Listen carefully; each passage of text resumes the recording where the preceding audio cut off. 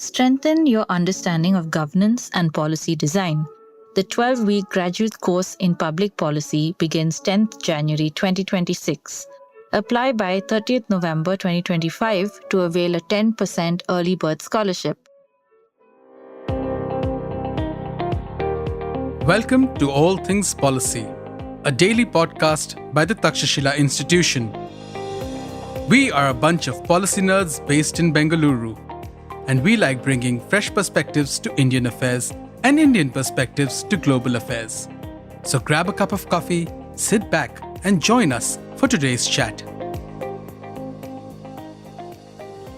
Greetings and welcome to All Things Policy podcast of the Takshashila Institution. I am Abhishek, a research analyst at Takshashila and your host for today. I am joined by Kashish Parpiani, who is a co-author of America and the Indo-Pacific, Trump and Beyond, and is also part of the 2025-26 cohort of the Network for Advanced Studies of Technology, Geopolitics, or NAST Fellowship at Takshashila. Welcome, Kashish. Thanks for having me. So today our discussion would largely focus on your article on adaptive tech strategies and the US-China tech rivalry, right? So in that context, let us start with discussing the background of the larger US-China tech rivalry. Can we say that today there's a growing view that global tech race is no longer binary? And what do you think it means for countries to move from choosing sides to adapting between systems? Thanks, Abhishek. And once again, thank you for having me on this very timely podcast on tech competition. As for my article for the Takshashila Institute, which was published recently, I focused on the adaptive tech strategies that we are seeing around the world as the US-China tech rivalry is heating up. And to answer your question, over the past 1 year and a few years at least, we are seeing the spillover effects of the US-China tech competition. So whether that is manifesting in terms of the Chinese premier going to the G20 summit in Johannesburg and assuring developing nations that Beijing will take care of the needs when it comes to critical minerals for developing nations, or from the fact that various nations in this part of the world, in the Indo-Pacific, whether it's Singapore or Malaysia, announcing their own regulatory efforts to curb transshipment of American tech components. And they are aligning their regulations with the US. At the same time, these are the ways in which nations are responding to the pressures of the US-China tech rivalry, but at the same time, nations are also trying to find their own way in terms of their own capacity building measures, which we saw recently, for example, in India, with the efforts to boost domestic mining operations, or when it comes to tech partnerships. On that front as well, we are seeing some examples in our own nation as well, with India, Japan, India, UK, efforts to link innovation ecosystems and trying to partner on critical mineral supply chains and so on. So things are heating up. Thanks for that. Just because you mentioned countries like Singapore, Japan, why do we see such variation in how countries like, say, Singapore or Japan or even Netherlands enforce US export controls? Even when they broadly align with Washington, right? That's right. We are seeing a varied degree of responses that may be seen as hedging, compliance, in some cases resistance, in some cases adapting, like I was telling previously. Like on specific examples, if you look at the United States' tech partnership with the UAE, for example, right? Under the Biden administration, Microsoft invested in the UAE's flagship AI company, G42. And according to open source reports and media reports, that only materialized after long-drawn negotiations between American and Emirati officials, and that pertained to, apparently, and as per reports, the UAE sort of stepping back and cutting down its tech relation with China, right? And only after that, the partnership that we see today, and most recently with President Trump visiting the Gulf region, and he went to the UAE as well, and there were big ticket announcements when it came to America's tech cooperation with the UAE. That's one way in which countries are responding, by altering their relations vis-a-vis China or the other partner in question. The other kind of responses that we are seeing is, say, for example, in the case of Japan and the Netherlands. From the Biden era timeline. We've seen the US pushing these two nations to align their regulatory stance with American mandates when it comes to China's access to chip making equipment. And we've seen sort of that play out and continue into the Trump era as well, the Trump 2.0 era. So we are seeing a confluence of responses to answer your question, and it's been interesting to see how various nations are sort of navigating these new pressures when it comes to the US-China tech rivalry. You had mentioned obviously the Gulf states, right? And we have seen that Gulf states have traditionally been, multi-vector in their foreign policies in general. And we also have seen that, they are more comfortable sometimes with China tech as such, right? But and this era of quite non-compliance is also what you have referred to. So in this era, what explains the Gulf states' growing comfort in aligning more closely with US on advanced tech, as opposed to their alignment with, say, China or being, non-compliant like other countries? I think in the specific cases of Saudi Arabia and the UAE in the Gulf, we are seeing this full of government approach in those capitals where they are trying to step away from the dominance of oil as part of their economies. They want to start looking at other sectors, non-oil sectors, particularly in the next-gen technology space, particularly in AI. And that is where they have been interested in partnering with the US. Once again, this was on broad display when President Trump in May 2025 visited the region. He visited some of these Gulf capitals, and you saw a host of business leaders, American business leaders, also accompanying President Trump on that visit. And some of the tech leaders were there as well, who announced very big ticket partnerships, like NVIDIA announced a partnership with the Emirati entities, with the Saudi entities in the AI space. We also saw during that trip the Trump administration pushing for more compliance when it comes to the regulatory blockades that the US has sought to put in place when it comes to sensitive tech components, right? So in case of the UAE, during the trip, apparently, as per media reports and open source reports, there was an Emirati commitment to safeguard AI technologies by implementing stringent measures to prevent its diversion.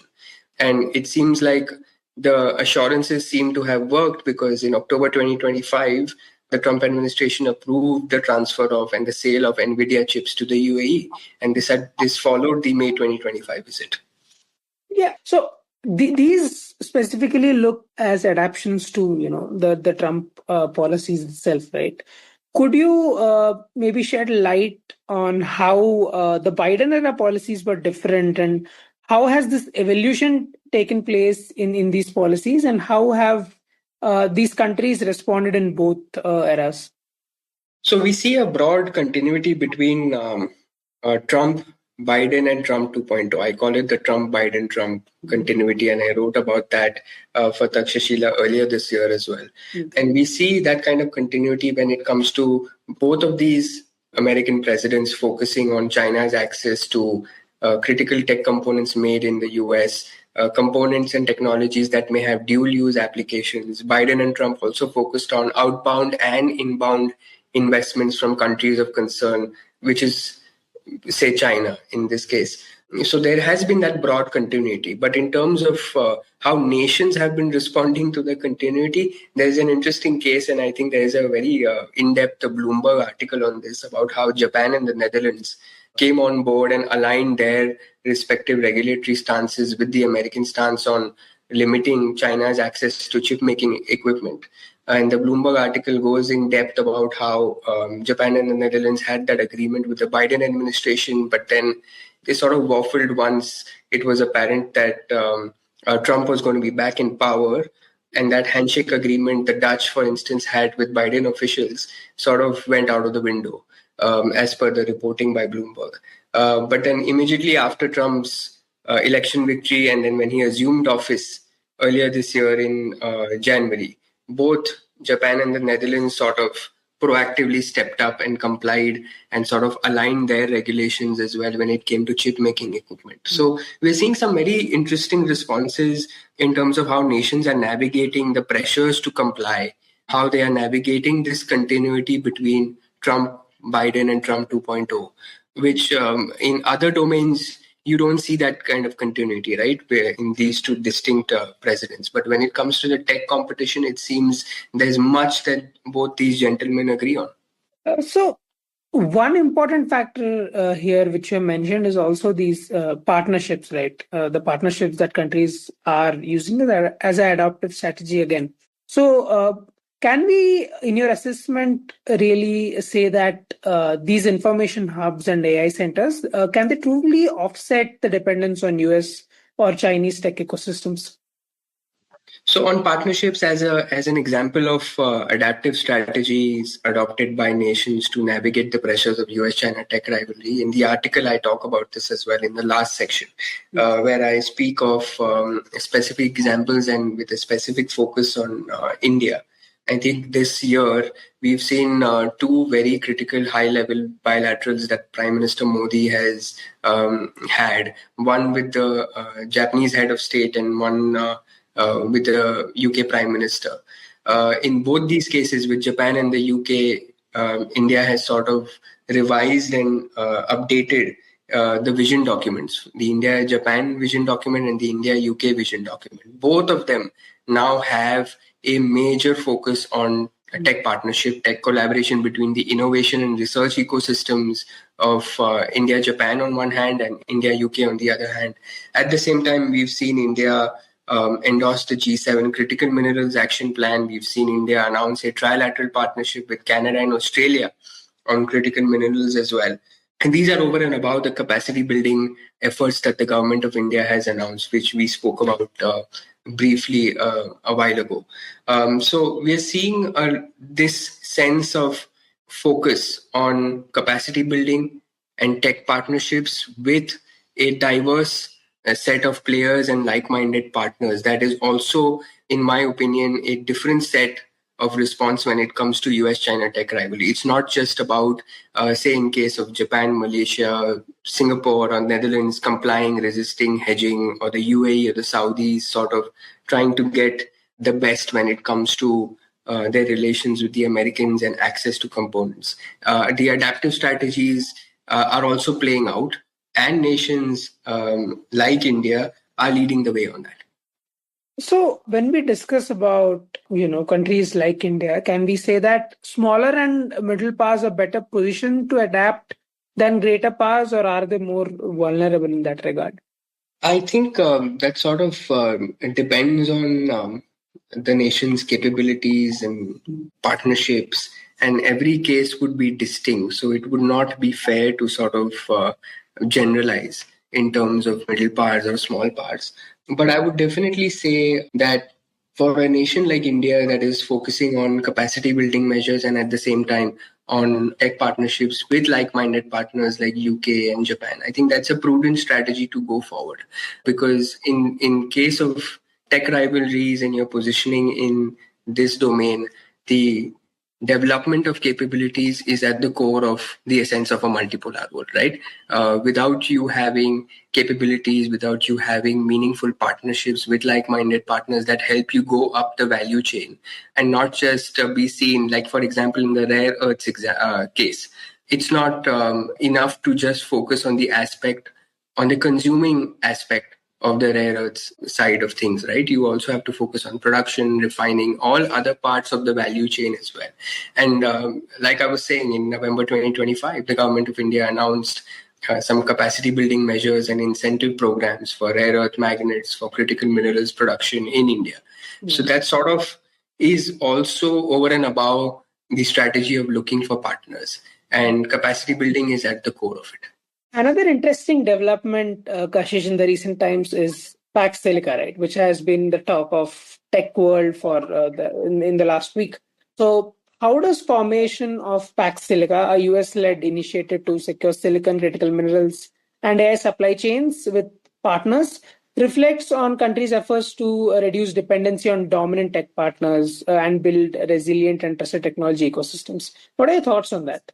So yes, even Pax Silica can be an example of nations coming together with a adaptive strategy. The only difference being that In other cases, we've seen nations sort of adapting, coming together, partnering on a bilateral or trilateral level to sort of jointly navigate the pressures and complications of the US-China tech rivalry. But in case of Pax Silica, one of those two nations, the great powers that we've been discussing and the issues that are sort of spilling over, in this case, the US, is also part of Pax Silica, right? But we're still yet to see how some of the very unique set of members that are part of Pax Silica, what kind of roles will each of these nations play?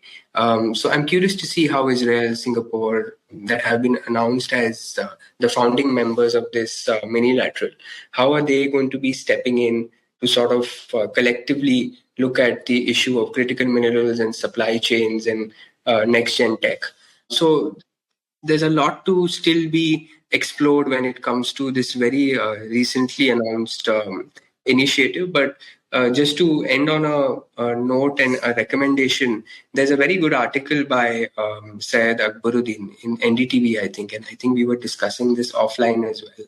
Yes. He's the former permanent representative of India to the United Nations, and he has a very good article on Pax Silica for NDTV, and in which he is talking about how India needs to have a different mindset when it comes to minilaterals like these, and not look at membership to these minilaterals as the price, but as the consequence of building capability and then exercising your leverage in those domains, right? Obviously, I'm paraphrasing here, but the way Mr. Akbaruddin has sort of argued how India must see some of these very new minilaterals that are coming up, especially in the critical domains of next-gen technologies, components, and critical minerals, of course. It's an interesting read. I would recommend it. But to sort of, again, sum up my answer to your question on Pax Silica, I think it's a thing to watch for. Let's see, waiting for more details on how that's going to pan out, and how maybe if there's an expansion on the cards in terms of its members, what's going to happen. I think it's something that's going to be closely watched by tech policy advocates and thought leaders around the world. Yeah. With that, we come to an end of this episode. Once again, thank you so much for joining us, Kashish. And thank you, dear audience, for tuning in. If you liked our show, dive into Takshashila's research on technology, strategy, and economic affairs. Check us out at our Twitter handle @TakshashilaINST or our website takshashila.org.in.